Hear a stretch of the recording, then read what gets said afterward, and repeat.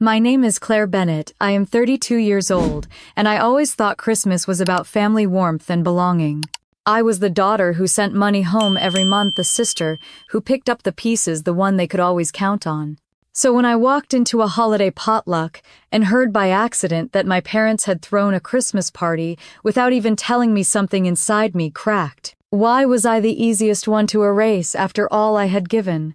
And what would happen once I finally chose not to be silent anymore? Stay with me, because this Christmas turned into a story no one in my family will ever forget. Let me take you back to where it began. It was one of those New England Decembers where the cold had settled in deep, the kind that made your breath look like smoke, even in the middle of the afternoon.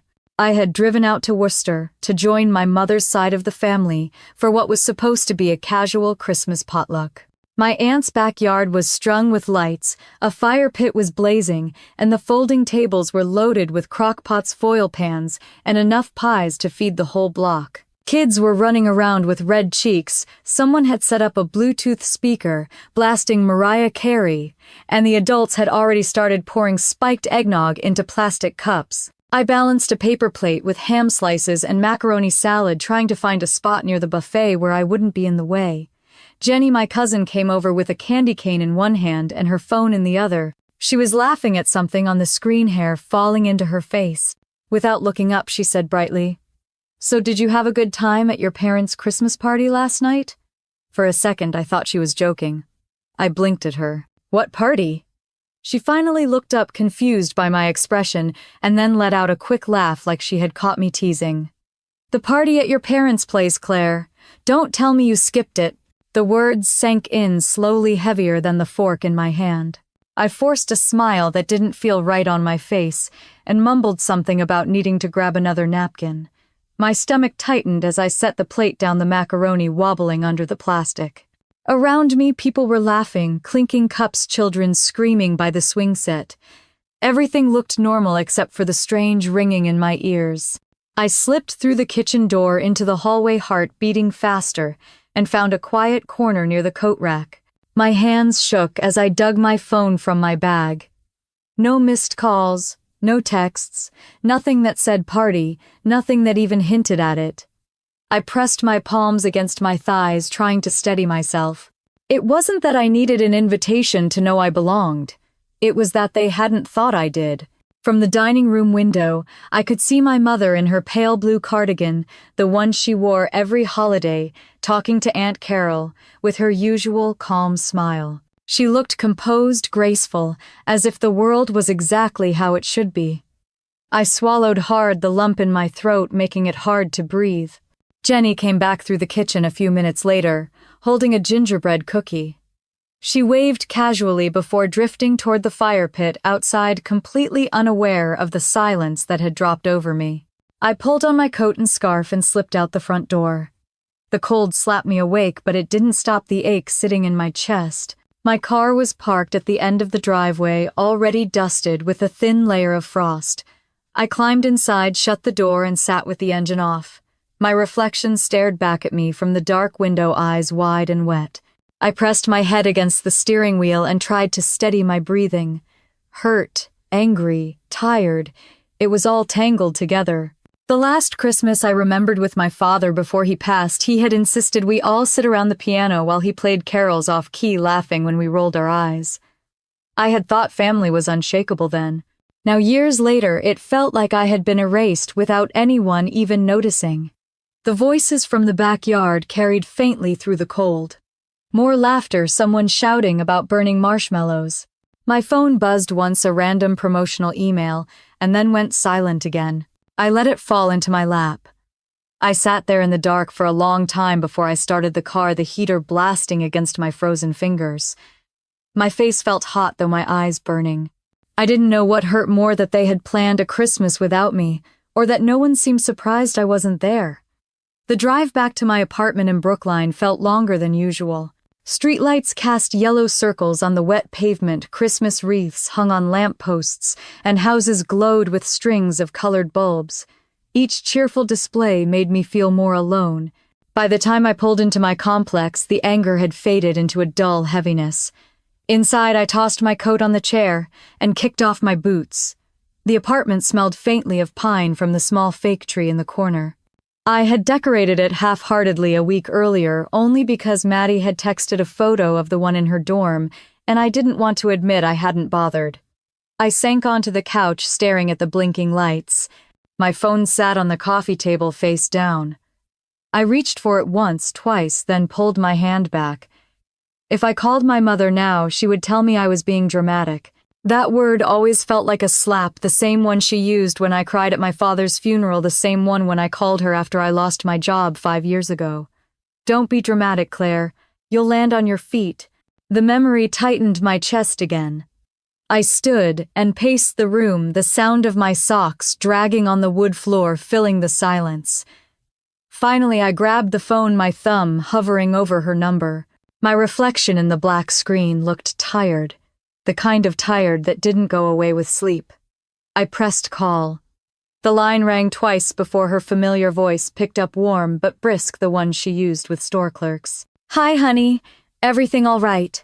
My mouth went dry, but I forced the words out anyway. "Mom, did you have a Christmas party last night?" There was a pause, the sound of a refrigerator door closing in the background. "Well, yes, actually."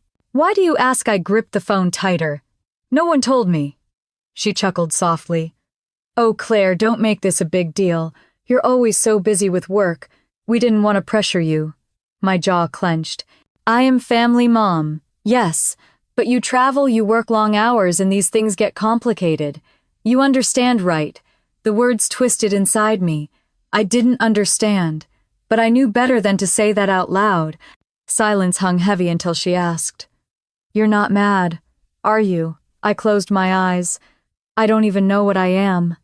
Another pause, longer this time.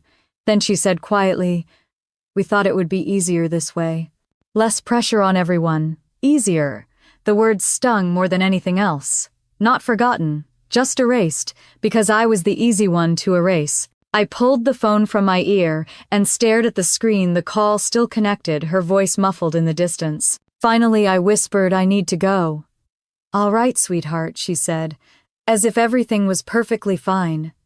I ended the call and set the phone down, my hands trembling.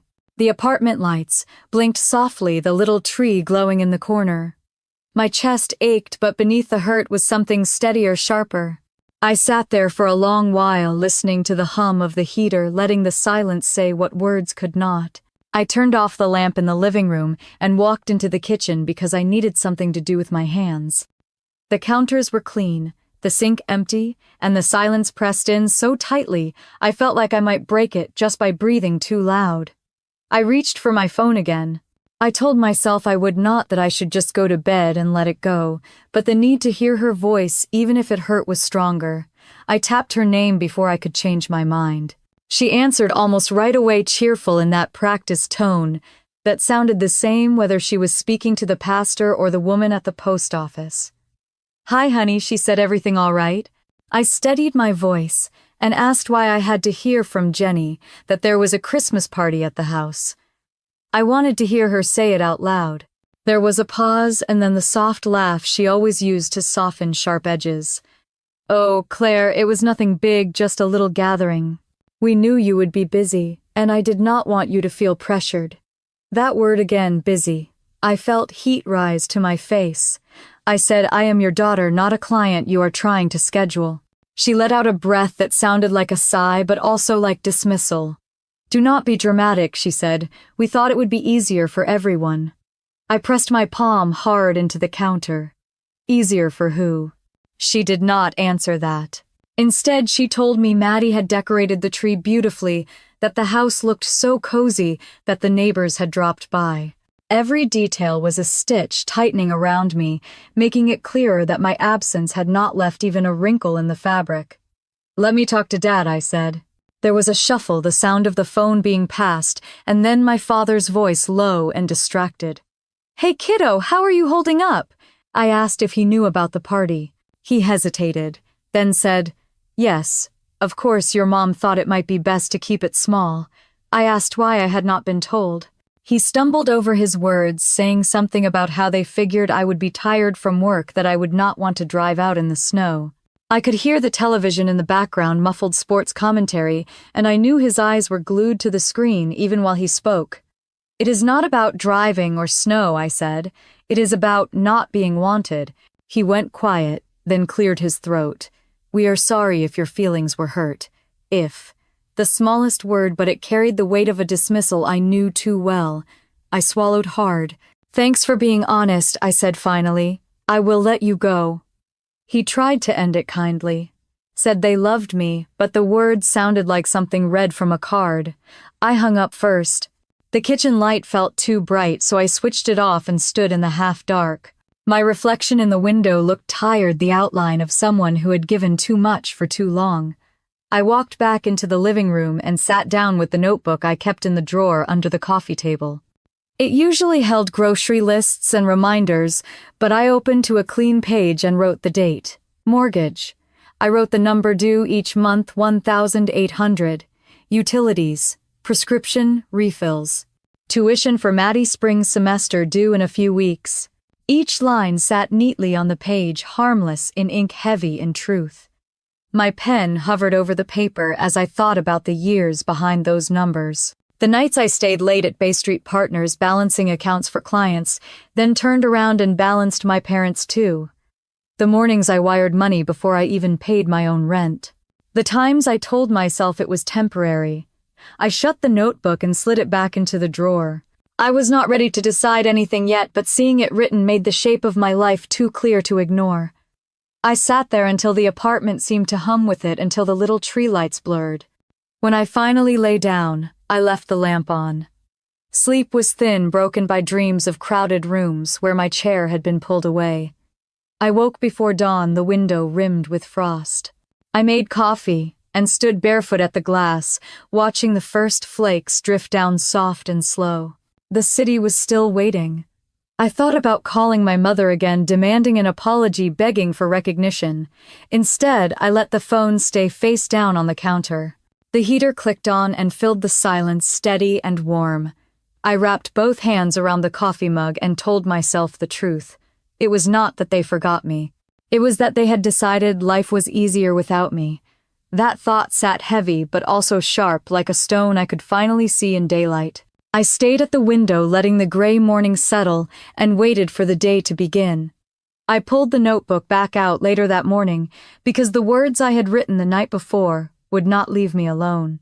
The page looked ordinary, neat black ink on white paper, but my stomach turned as I read it again. Mortgage, utilities, prescription, tuition. 4 lines that told the story of who I had been for 7 years, the quiet backbone no one ever mentioned at the dinner table. The first line was the mortgage. 1,800 every month since 2016. I had agreed to help after Dad retired early, thinking it would be for a little while. My promotion at Bay Street Partners had come with a raise, and I told myself I could handle it. Then the months stacked up, and soon I was the one keeping the roof over their heads while Mom spoke about how carefully they budgeted. The second line was utilities. At first it was just when they fell behind, when a bill slipped through the cracks. Then it became habit. I paid them quietly online before the late notices could pile up on the counter. They never asked me directly, and I never said no. It was easier that way, I told myself, though now I wondered who exactly it had been easier for. The third line was Mom's prescriptions. She had been diagnosed with high blood pressure a few years back, and I started setting the pharmacy account to my card so she would not have to think about it. She thanked me once in passing, as if I had grabbed an extra loaf of bread from the store. The last line was Maddie's tuition. 25,000 tucked away into an account that had my name on it but hers in spirit. I had promised Dad before he left his job that Maddie would never have to drop out because of money. She was my baby sister, 7 years younger, and I had felt responsible since the day she was born. I still remembered holding her as a teenager, rocking her to sleep while Mom washed dishes. She had grown up thinking the money came from our parents. Maybe she still did. I closed the notebook again and sat back staring at the small blinking tree in the corner. The ornaments caught the light in tiny flashes. None of them had my name on them. Every December we had used the same box of decorations, and Mom always picked which went where. Maddie got the angel dad put up the glass globe from his first trip to Chicago. I was given whatever was left, usually a paper star from grade school. I ran a hand through my hair and stood up. The apartment felt too quiet, so I turned on the radio, but even the soft music could not cover the gnawing thought. I had been financing their life while they edited me out of it. I pulled on my coat and stepped outside, the cold sharp against my face. The sidewalks were slick with the thin layer of snow from earlier, and I kept my head down as I walked toward the cafe on the corner. Inside, the windows fogged from the heat, and the smell of roasted beans wrapped around me like a blanket. I ordered a black coffee and found a small table by the window. I opened my phone and scrolled through old transfers, line after line of deposits into my parents' account. The numbers were steady, consistent, like rent on a house I did not live in. I closed the banking app before my chest could tighten further. A group of students sat behind me, laughing about canceled flights and holiday plans. Their joy grated against the heavy stone inside me. I sipped the coffee bitter and hot, and tried to swallow more than just the liquid. When I got back home, I opened the closet and pulled down an old shoebox I had not touched in years. Inside were pay stubs notes I had written to myself when I first started at Bay Street. I had tucked away receipts of the first checks I sent home, believing someday it would matter to have proof. Looking at them now felt like holding relics from a life I had built with invisible bricks. I spread the papers across the table, each one a reminder of how far I had gone to keep them afloat. My friends never knew. Even Julia, who had stood beside me through heartbreak and layoffs, only suspected I helped once in a while. I had worn the label of the strong one so long it had become armor-heavy but necessary. The phone buzzed, a text from Maddie. Just a photo of her and two friends in Santa, hats, mugs of cocoa in their hands. No caption, no acknowledgement that I had not been at the party. She looked happy, and for a second I almost smiled. Then the sharp truth returned. That photo had been taken in the house I paid for, under the roof my checks had secured. I placed the phone face down again. My body felt restless, so I started cleaning. Wiping counters, folding laundry, reorganizing the bookshelves. None of it silenced the truth I had finally written in that notebook. As the day slipped into evening, I sat again at the table, the shoebox still open, the papers stacked neatly now. I ran my hand over them one last time before tucking them away. My chest ached, but there was something else stirring under the ache, something sharper and more certain. I made a simple dinner, scrambled eggs and toast, and ate without tasting it. Outside, the streetlights flicked on, shining against the snowbanks. I poured myself a glass of water, sat back down, and stared at the closed drawer that held the notebook. For years I had told myself that family meant sacrifice, that holding everyone else together was the role I was meant to play. But now the pattern was clear, written in black and white. Sacrifice had become expectation. Presence had become optional. I rested my elbows on the table, folded my hands, and closed my eyes. The weight of the list pressed against me, not just as numbers, but as choices I had made. And choices I realized could change. The heater kicked on again, warm air filling the apartment. I let the sound carry me for a while, steady and familiar, until I could breathe without the tightness. The day had passed, but the knowledge remained. I had carried them for years, and they had decided life was easier without me. I looked once more at the window, the city lights glowing beyond the glass, and let the truth settle. My life was no longer bound to those lines in my notebook, not unless I chose it to be. The next morning, I sat at my desk at Bay Street Partners, staring at the spreadsheets glowing on my screen, and realized I could barely remember how I got there. The office smelled faintly of cinnamon candles someone from HR had placed near the reception, and the windows looked out over a Boston skyline wrapped in pale winter light. People moved around me with that restless energy of the last work week before Christmas, voices low, but quick coats draped over chairs, travel plans whispered across cubicles. My inbox was stacked with year-end reports, but my mind kept slipping back to the list in my notebook. Mortgage, tuition, all the quiet ways I had been financing lives that had no space for me at the table. I closed the spreadsheet and rubbed my eyes, telling myself to focus. A knock on the frame of my cubicle startled me. It was Richard, my boss, holding a mug of coffee and smiling the way managers did when they wanted to soften bad news. He asked how I was holding up and said he hoped I was planning to take a break. I nodded, though I had not told anyone my plans. He leaned against the wall and said he wanted me fresh in January, that I had earned real rest. I forced a smile and said I was thinking about getting out of town. He told me to go enjoy it, whatever it was, and that the office could survive without me. After he left, I sat there staring at the numbers on my monitor, and something inside me loosened. At work, people noticed when I carried weight. At home, no one even admitted I carried anything. The contrast felt sharp enough to sting. At lunch, I stepped out with Julia. We met at a deli near Copley Square, the kind with crowded tables and soups steaming in styrofoam cups. She hugged me tight before we Saturday. She asked about my weekend, and I told her piece by piece about the party I had not known, about the call with my mother, the list I had written. Her eyes softened, but she did not interrupt. When I finished, she reached across the table and squeezed my hand. She said I had been the strong one too long, that being strong should not mean being erased. She asked what I wanted to do next. The question sat between us like a puzzle. I told her I did not know, but I could not keep playing the same part. She nodded, then smiled a little, reminding me that sometimes distance is the only thing that clears the picture. That night, back in my apartment, I opened my laptop and typed in flight searches. I did not want Florida beaches or ski slopes in Vermont. My eyes kept drifting to Paris. I remembered the photographs I had seen, streets strung with lights, the river glowing at night, cafes warm with people lingering over coffee. Something about it felt like freedom, like the opposite of being erased. I stared at the price on the screen, felt the tug in my chest, then closed the laptop. I told myself it was silly, then I opened it again. The seat map showed rows of empty spots like it was waiting for me. My fingers hovered, and then I clicked purchase before doubt could gather. I sat back, heart racing, staring at the confirmation number. Paris. I was going to Paris for Christmas. No explanations, no invitations, no need to fit into anyone's script. I walked to the window and looked down at the street where snow was piled against the curbs. A couple hurried past, scarves pulled tight, shopping bags swinging. Inside, the heater hummed steady and warm. I let the quiet sink in.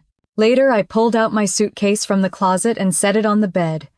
The zipper rasped open, and the sound filled the small apartment. I folded sweaters, tucked in jeans, wrapped my winter coat in tissue. I slipped my passport into the side pocket and stood there staring at it. The sight of it made the trip feel real, not just a thought. I left the suitcase half-packed and went to the kitchen. I poured myself a glass of water and leaned against the counter. My phone buzzed on the table. A group text from the family, photos of Maddie in a red scarf, my parents smiling by the tree I had helped buy 2 years ago. I scrolled without replying, each image a reminder of how easily they smiled without me. I set the phone back down face first. That night I wrote a note on a sticky pad and pressed it to the fridge. Gone for a while. Do not wait up. It looked too small for all that it meant, but it was enough. Sleep came quickly, as if my body finally understood I was not carrying their weight for once. When I woke the next morning, the sun was pale over the city. I brewed coffee and sat on the couch, the suitcase waiting by the door. My calendar was empty, no reminders set, no dinner plans or obligations. For the first time in years, the days ahead belonged only to me. I walked to the window, mug warm in my hands, and let the thought settle. I was leaving behind the roles I had never agreed to, even if just for a little while. The streets below were coated in ice cars creeping cautiously. I watched them until the mug was empty, and then I set it down. The suitcase stood like a promise in the corner of the room, and I let myself breathe in the shape of that promise without rushing. The day stretched open, quiet and steady, and for once the quiet belonged to me. The plane touched down at Charles de Gaulle just after dawn, the windows fogged with the breath of tired travelers. My legs ached from sitting too long, and my throat felt raw from the dry air, but my chest buzzed with something I had not felt in years. Possibility. I followed the crowd through customs, collected my small suitcase, and stepped into air that smelled faintly of fuel and cold stone. The cab ride into the city wound past gray suburbs, then suddenly opened into streets strung with lights bridges crossing the Seine like quiet arches. The driver spoke little English, but he nodded when I said Montmartre and pointed out the glow of Sacré-Cœur rising above the rooftops. My hotel was tucked on a narrow street lined with bakeries and cafes. The lobby smelled of butter and coffee, and the clerk handed me a brass key instead of a card. In my room, I opened the window to a slice of Paris morning. The rooftops were dusted white chimneys, sending up thin smoke. Down below, a woman in a long coat carried a baguette under her arm. I set my suitcase on the bed and let the sounds drift in. Church bells, a bus braking, someone laughing too loudly on the corner. Hunger pushed me back outside. I slipped into a cafe with fogged windows and the scent of espresso thick in the air. The waiter placed a tiny cup in front of me and I wrapped both hands around it. The first sip was sharp, strong, nothing like the paper cups back in Boston. I ordered a croissant and the flake of pastry broke across my tongue with a buttery sweetness that made me close my eyes. I pulled out my phone and snapped a picture of the table. Just the coffee, the pastry, and the edge of the window, where a blur of street stretched beyond. No caption, no explanation. I tapped post and set the phone aside. By the time I finished eating, the notification list had already lit up. My mother's name, Maddie's. A handful of extended relatives I had not spoken to in years. None of them sent a message, but I could feel their eyes pressing against the silence I had left. I paid my bill in euros that felt strange in my palm and walked until my feet hurt. I wandered past shop windows full of ornaments, past bookstores spilling warm light onto the sidewalk, past couples holding hands under umbrellas. The city moved around me like a current, and for once, I let it carry me instead of swimming against it. That evening, I stood at the railing of Pont-Neuf, the river black and glossy under the lights. Boats passed with music drifting from their decks, and the air smelled of roasted chestnuts from a vendor nearby. I pulled my coat tighter and thought about the party at home, the one I had not been invited to. I imagined my mother pouring wine, my father settling into his chair, Maddie laughing in her red scarf. I imagined the chairs filled, the table crowded, and the empty space where I would have been. Then I thought of this bridge, this river, this city, and I felt the quiet inside me shift. Back at the hotel, I took a hot shower that steamed the tiny bathroom mirror. I slipped into bed with the window cracked open, listening to the hum of the street below. Sleep came deep and sudden. The next morning I walked down to the corner bakery. The man behind the counter smiled and handed me a warm baguette wrapped in paper. I ate it slowly while wandering the cobblestones, crumbs catching in my scarf. A small market had sprung up in the square stalls of cheese and olives, and scarves in every color. I bought a handful of mandarins and carried them back in a cloth bag, feeling almost local. I stopped at a cafe near the hilltop and ordered another small cup of coffee. This time, I lifted the phone again, framing my hand against the chipped ceramic mug with the frozen rooftops spread behind it. The polish on my fingernails was Chip the Sky Lavender. No filter, no caption. I posted it and set the phone face down. 10 minutes later, the names appeared. My mother, Maddie.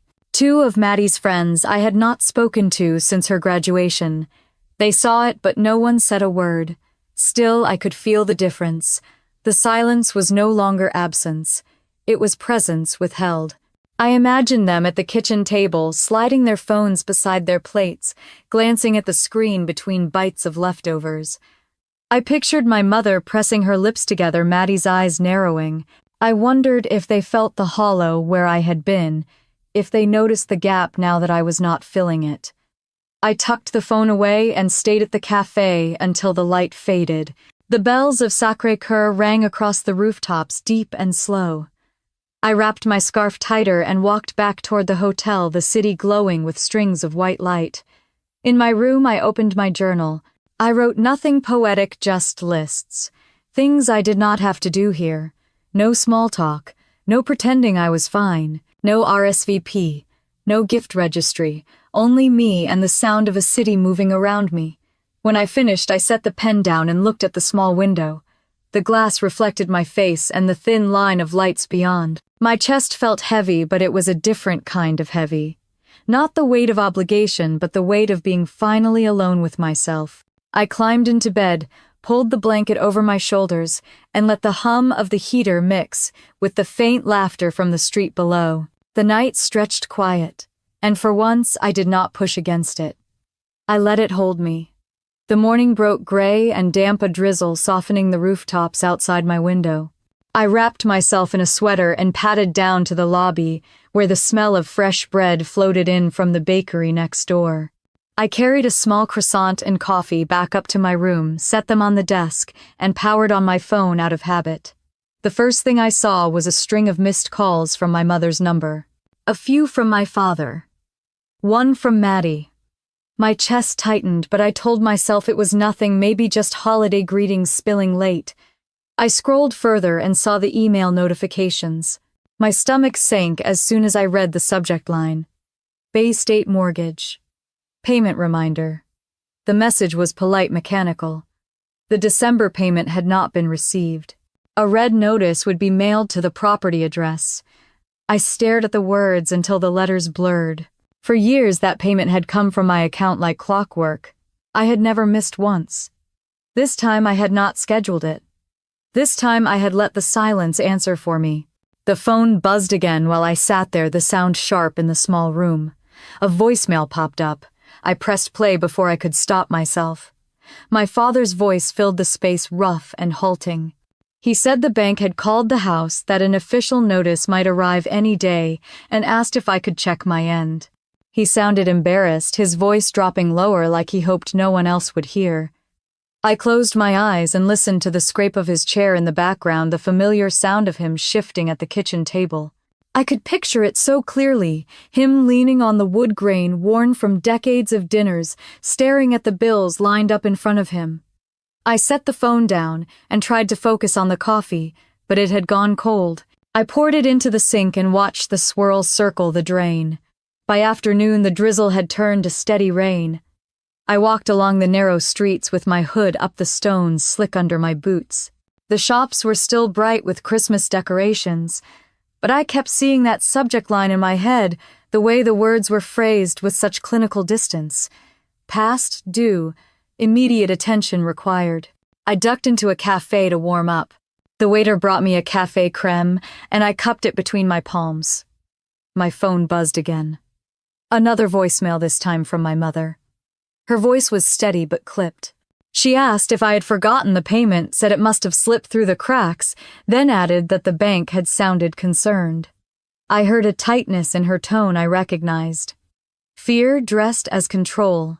I placed the phone face down on the table and stared at the foam on the coffee.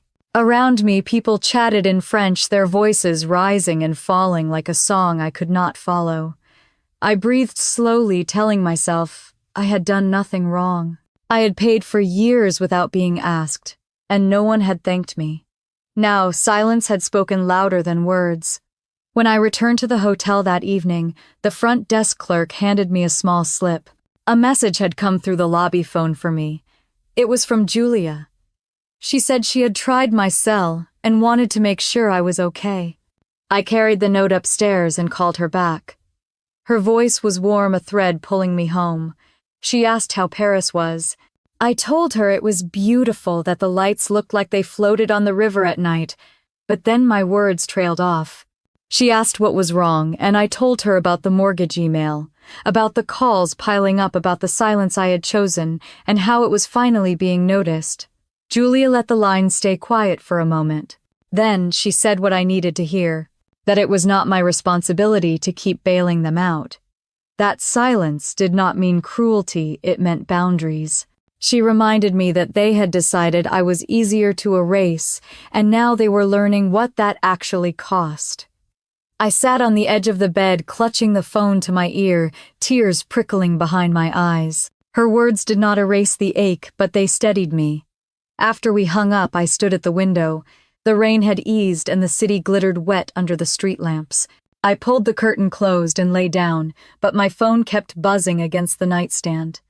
I turned it off. The room fell quiet, except for the hum of the heater. I breathed deeply, letting the silence fill me instead of empty me. Somewhere across the ocean, the first letter from the bank was sliding into my parents' mailbox. Somewhere, my absence was no longer invisible. I pressed my palm against the blanket and let the thought rest there heavy but true as the city outside settled into night. The next morning, I walked down to the corner bakery and bought a baguette wrapped in brown paper. The air outside was sharp with cold, the kind that pinched your nose and made every sound seem closer. I carried the bread back to my room and tore off a piece while the television murmured in French. I was only half listening until the phone buzzed again. There were 5 missed calls, all from home. I ignored them at first, then one voicemail notification caught my eye. It was short, less than 30 seconds, which I knew meant panic. I pressed play. My father's voice was shaky. He said a letter had been nailed to the front door. He used the word foreclosure, the word I had been waiting to hear. He stammered through the details that the neighbors had already seen it, that people on the block were talking. His breath hitched as he asked me to call back to explain to fix it the way I always did. I set the phone on the desk and stared at it. My hands trembled slightly, not with fear but with recognition. This was the silence turning into consequence. I made coffee with the small kettle in the room and sat at the window while the city stirred awake. Down on the street, a man was sweeping snow away from his doorway. A child pulled on her mother's arm, begging for a pastry from the shop across the corner. Life moved forward, indifferent to my family's unraveling. By midday, I stepped outside. The clouds hung low, but the streets were alive with vendors setting up stalls for the new year. I wandered through them, picking up small jars of jam, scarves, postcards. My phone buzzed again. This time it was a message from Maddie. She wrote, "Did you know about this? Did you know the bank was going to do this to us?" I stood in the middle of the square, staring at the words. I typed back, "I did not do this to you. I stopped doing it for you." Then I deleted the message before sending. I slipped the phone back into my pocket. When I returned to the hotel, there was another voicemail waiting. My mother's voice, sharp with humiliation, saying the neighbors were already whispering.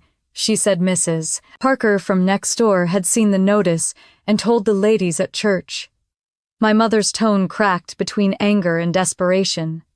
She said, "We cannot have this kind of shame, Claire." She told me to call immediately, that this was bigger than me being upset. I lay back on the bed and stared at the ceiling. Bigger than me being upset. I thought of the years of payments that had never been acknowledged, the invisible scaffolding I had provided, and now the shame was bigger than my pain. I opened my journal and wrote 3 words. I stopped paying. Seeing them on paper steadied me. That evening I walked to the Seine. The water reflected the lights of the bridge's ripples, carrying color across the dark.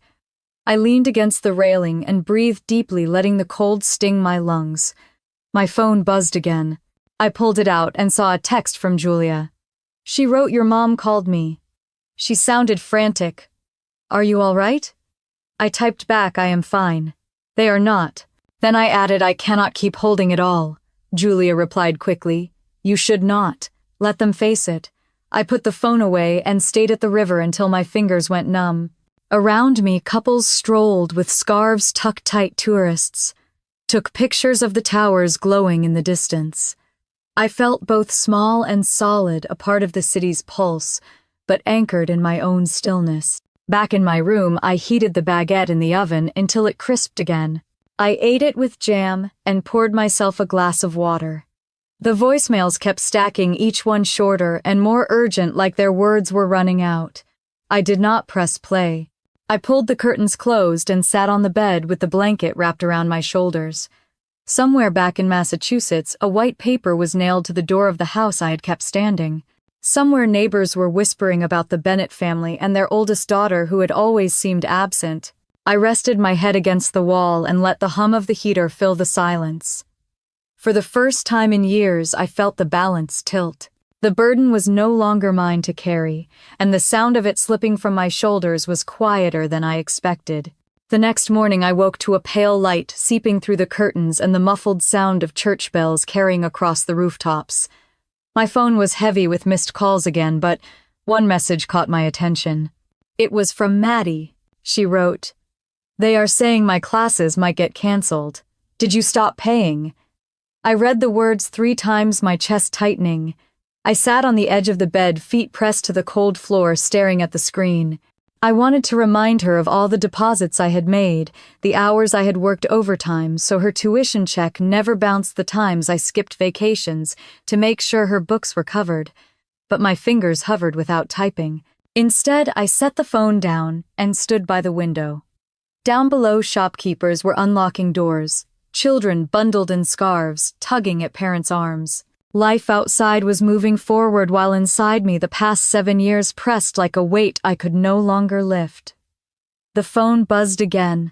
This time Maddie's voice filled the room through voicemail. She was crying, words tumbling out, accusing and pleading all at once. She said she did not understand that she had finals coming, that the university office had called, and said her account was overdue. She said she thought our parents were handling it. She said she thought I only helped sometimes. Then her voice cracked into silence before she whispered, "Please, Claire, I need you." I sat down hard on the chair, the sound of her voice circling me. She was 27, old enough to know how the world worked, but still clinging to the idea that someone else would carry the load. I thought back to the night I had stayed on the phone with her through her first panic attack, the way she had called me after her first heartbreak. I had always picked up, always. But this time my hands stayed still. I did not press call back. I needed air, so I grabbed my coat and walked until the streets narrowed into a small square where vendors sold cheese and fruit. I bought an apple and ate it slowly, the crisp sweetness grounding me. My phone buzzed in my pocket again and I let it ring. By afternoon I returned to the hotel only to find 3 more voicemails waiting. One from Maddie again this time, sharper, accusing me of abandoning her. One from my mother, her tone brittle, saying the family name was being dragged through the mud. And one from my father, quieter than I had ever heard him, saying he did not know how to fix things. I poured a glass of water and sat at the desk staring at the phone. My mind wandered back to the promise I had made to myself as a teenager, rocking Maddie to sleep while Mom scrubbed dishes. I had vowed she would never feel alone. But here I was continents away, choosing silence. The guilt twisted sharp, but alongside it came a strange calm. For years I had been the scaffolding holding them all up. Now that scaffolding had been removed, and they were forced to see what it cost to ignore the one who carried it. I opened my journal and wrote down the words Maddie had said in her message. "Please, Claire, I need you." I underlined them once, then set the pen down. The page stared back at me, both a wound and a mirror. That evening, I walked to the banks of the Seine. The water moved slow under the lights, the current steady and sure. I leaned against the stone wall and let the cold sink into me. Around me, people strolled, couples, laughing tourists, snapping photos, children running with mittens swinging. None of them knew the weight of the word easy, the way it could erase someone without leaving a mark. I pulled my phone out once more. Another text from Maddie had arrived. She wrote, "I cannot do this without you. Classes will drop me if the payment is not made." My thumb hovered over the screen, the reflex to protect rising like muscle memory. I closed my eyes, then slid the phone back into my pocket. The river kept moving, and so did I, walking, until the lights blurred into one long line behind me. Back in the hotel, I lay on the bed with my coat still on, staring at the ceiling. The heater hummed, the city murmured outside, and inside me the ache and the calm tangled together. I let them sit side by side, knowing this was only the beginning of what silence would reveal. The following day, I woke to a different kind of silence. Not the soft stillness of Paris mornings, but the kind that settles in your stomach before a storm. I made coffee in the little kettle, opened my phone, and saw a new flood of messages. The first was from Aunt Carol. She wrote that she was sorry to hear what was happening, that people at church were whispering, that she had no idea I had been paying for so long. My hand went cold as I read it. The second message was a screenshot forwarded from a neighbor back home. It was an official letter from Bay State Mortgage with my name clearly listed as the primary payer. The paper was stamped in bold with the words delinquent account. The image was blurry, but it was enough. Proof had slipped into the world. I stared at it for a long time, my breath shallow. For years, my role had been hidden in visible scaffolding behind the family's polished front. Now the paperwork made it undeniable. Anyone who saw that page would know exactly who had been carrying the weight. By mid-morning, the calls started again. I silenced them one after another until one voicemail came through from Maddie. Her voice was raw, not from tears this time, but from something harsher. She said she had been blindsided when a financial officer at Columbia told her the account holder listed on her tuition was me. She said she had looked stupid, standing there, realizing in front of strangers that her big sister had been the one keeping her in school all these years. The anger in her words almost covered the tremor underneath, but I heard it anyway. I sat at the desk, notebook open, and let her words replay in my mind. She had not thanked me. She had not apologized. She had only said she felt humiliated that the truth had come out. I underlined the word humiliated in my journal and circled it twice. Later that afternoon, I went for a walk near the Louvre. The glass pyramids sparkled against the winter sky tourists, crowding the square snapping photos. I watched them while my phone buzzed in my coat pocket. When I finally looked, there was a message from Julia. She had been contacted by my mother, who had confessed that the neighbors were saying my name. Julia told me gently that the truth was spreading fast, that I should be prepared. I sat on a stone bench, the cold seeping through my jeans, and let the weight of that settle. For years I had lived in the shadow of my family's narrative, the easy one to erase. Now the shadow was gone. The light of truth was harsh, but it was honest. That evening, back at the hotel, I ordered soup from the kitchen and sat by the window with the bowl steaming in my hands. The voicemails kept coming. My father's voice brittle with shame, saying people at the hardware store had asked him if it was true. My mother's tone frantic and clipped, blaming me for letting it leak out. She said dignity was hard to earn back once it was lost. She said I had ruined their reputation. I set the phone down and whispered to the empty room. No, I just stopped covering it. Outside Paris glowed with winter lights. A couple kissed at the corner, their laughter carrying up to my window. I pressed my forehead to the glass and felt the contrast so sharply it almost split me. Here I was invisible in the best way, just another traveler among millions, while at home my absence had become louder than my presence ever was. Before bed, I listened once more to the last voicemail from Maddie. Her voice cracked at the end. She said she did not know who else to ask for help. She said she was scared. She did not say she was sorry. I turned off the lamp, pulled the blanket up to my chin, and let the city sounds rise up through the cracks of the window. My eyes stayed open long after the soup cooled on the desk. The truth was out now, and there was no pulling it back into silence. The next morning, the phone started buzzing before I even opened my eyes. I let it ring until the screen went dark again, but then another call followed and another. I finally picked it up, not because I wanted to hear them, but because the noise had become unbearable. My mother's voice spilled through the lines, sharp and trembling. She said reporters had called the house not from big papers, but from the local community blog, the kind that thrived on gossip. She said Mrs. Parker had told everyone at the church brunch that the foreclosure notice had my name on it, that I had been the one paying the mortgage all these years. Her words came in gasps, not from sadness, but from fury.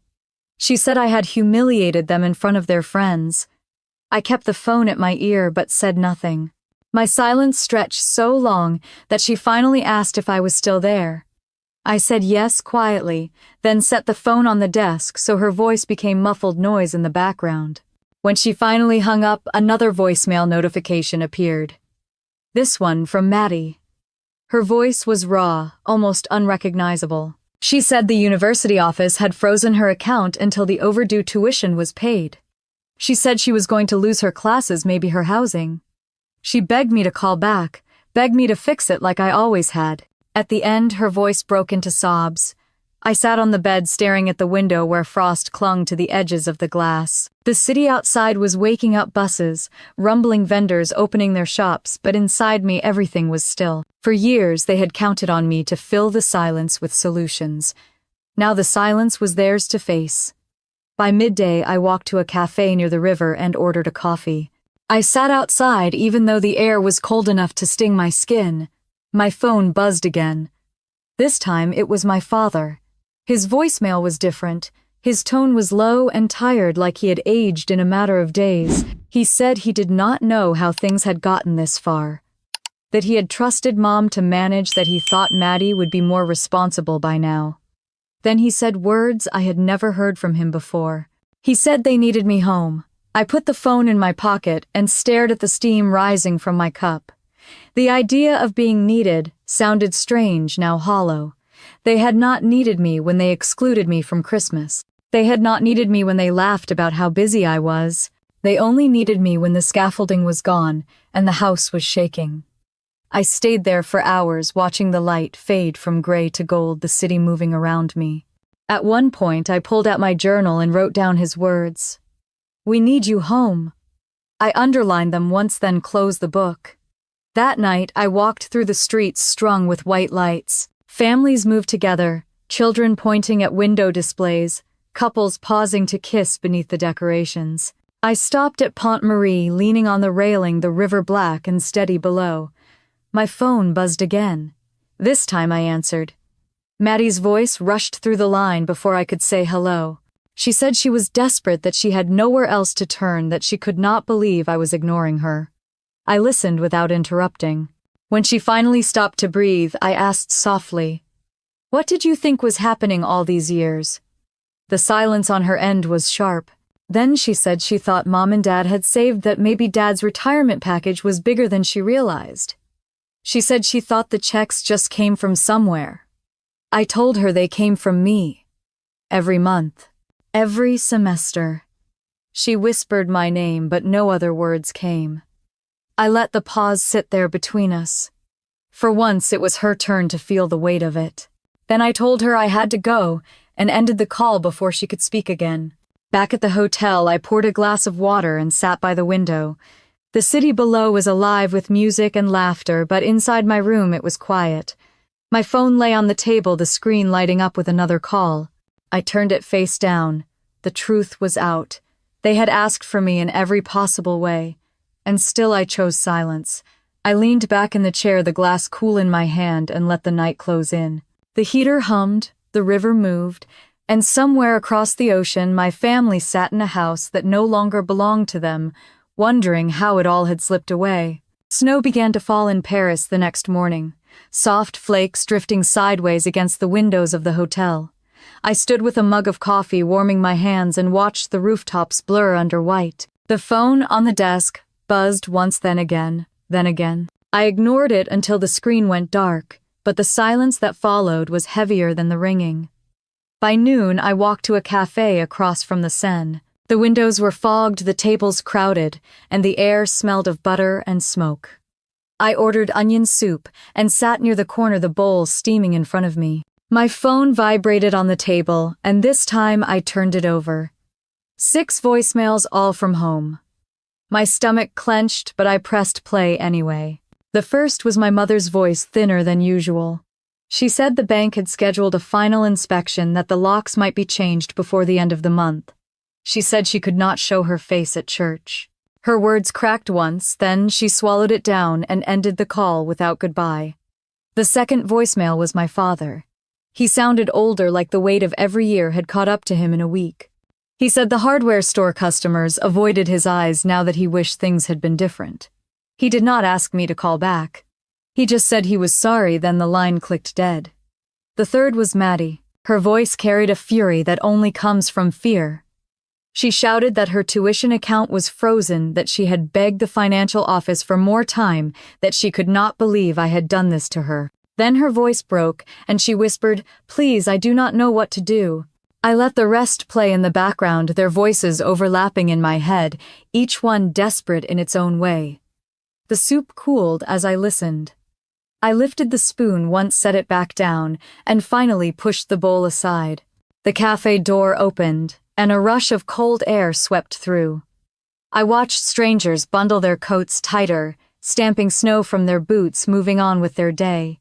I sat still, anchored in a storm of words that no longer belonged to me. That evening I returned to the hotel and turned on the small lamp by the bed. My journal lay open where I had left it. I picked up the pen and wrote one line. "They are unraveling." I set the pen down and stared at the page, the ink shining wet in the light. Later, while I was brushing my teeth, the phone buzzed again. This time it was not a call but a text from Aunt Carol. She wrote, "Your mother is asking for you. She has not left her room. She keeps saying your name." I rinsed my mouth, wiped the steam from the mirror, and stared at my reflection. My eyes looked tired, but behind them was something steadier than before. I put the phone on the nightstand and climbed into bed. The next morning, I woke to another message, this time from my father's sister, the one who had once told me after Dad died that older daughters were like extra mothers. She wrote, "She is asking for you. Just 5 minutes, Claire." I sat on the edge of the bed, the blanket pooled at my waist, and read it twice. My hands trembled, not with the urge to rush to them, but with the ache of recognition. They had missed not me, but what I did for them. Now, with everything collapsing, they wanted the scaffolding back. I made tea and carried it to the window. The city below was pale with snow, the river dark against the white banks. My phone buzzed again and again on the table. I let it. By evening, the calls slowed. The voicemail softened, the edges frayed. My mother's voice cracked more than once, my father's grew quieter. Maddie slipped from anger into pleading. I listened to none of them fully, just enough to know the tone. I stood at the window as the sky turned lavender over Paris. The heater hummed in the corner. My tea had gone cold. Their voices pressed against the glass between us, but the glass held. For the first time, I let it hold. The morning sun broke clear, for the first time, in days, stretching across the rooftops and catching on the snow that still clung to the chimneys. I boiled water in the little kettle and poured it over a tea bag, then carried the cup to the desk where my stationery lay. The thick, cream-colored paper had been sitting in the bottom of my suitcase since I left Boston. I had packed it without a plan, but now I knew why. I smoothed the sheet flat and held the pen above it. For a moment my mind wandered back to the house in Worcester, the kitchen where I had once spent hours balancing their bills while the smell of roast chicken filled the air. The phone pressed between my shoulder and ear as I reassured Maddie and about exams. That kitchen now held foreclosure notices and arguments whispered through closed doors. My name was no longer a secret, but a wound everyone could see. I lowered the pen and wrote in small, steady letters, "I hope you find peace. I hope you tell the truth. I hope next time the invitation comes before the apology." I signed it with my full name. Just Claire Bennett, nothing more. I folded the page carefully, slipped it into an envelope, and sealed it. No return address. Later I walked into town, the cold biting my cheeks, and found a red postbox near a bakery where the air smelled of cardamom and butter. I slid the letter through the slot and listened for the hollow drop inside. My fingers lingered on the metal edge before I pulled them away. On the walk back, I stopped at the lagoon. A single bench faced the water, half covered in snow. I sat there with a paper cup of coffee steam rising into the air and watched the slow ripple of the current. My phone stayed in my pocket. I did not need to check it. I knew the messages would still be there, a pile of unanswered words waiting across the ocean. That night, I lit the small candle I had bought from a market stall, its wax carrying the faint scent of pine. I heated soup, tore bread, and settled under a blanket with a book I had picked up from a second-hand shop. I read the same page 3 times, not because I was distracted, but because I did not want to rush. The quiet no longer felt empty. It felt earned. Before bed, I opened my journal one last time and wrote, "I am not erased." I closed it, placed it on the nightstand, and turned off the light. The city outside murmured a low hum of life moving forward, and I let myself rest in it. Days later, I stood at Charles de Gaulle with my suitcase beside me, waiting for my flight back to Boston. The departure board flickered, people hurried past with scarves and luggage announcements echoed overhead. I looked down at the boarding pass in my hand and felt calm. I was not going home to fix anything. I was going back because it was my life, my story, and I could choose how to carry it now. As the plane lifted into the sky, Paris spread beneath me, the river winding dark and steady, the rooftops glinting under pale winter light. I pressed my forehead to the glass and whispered a goodbye only I could hear. And now I want to ask you, have you ever been left out by the people who should have held you closest? Have you ever chosen silence and found it louder than words? Share your thoughts in the comments. Like this story if it resonated with you, and subscribe so you do not miss more journeys of family justice and the quiet strength we often forget we hold.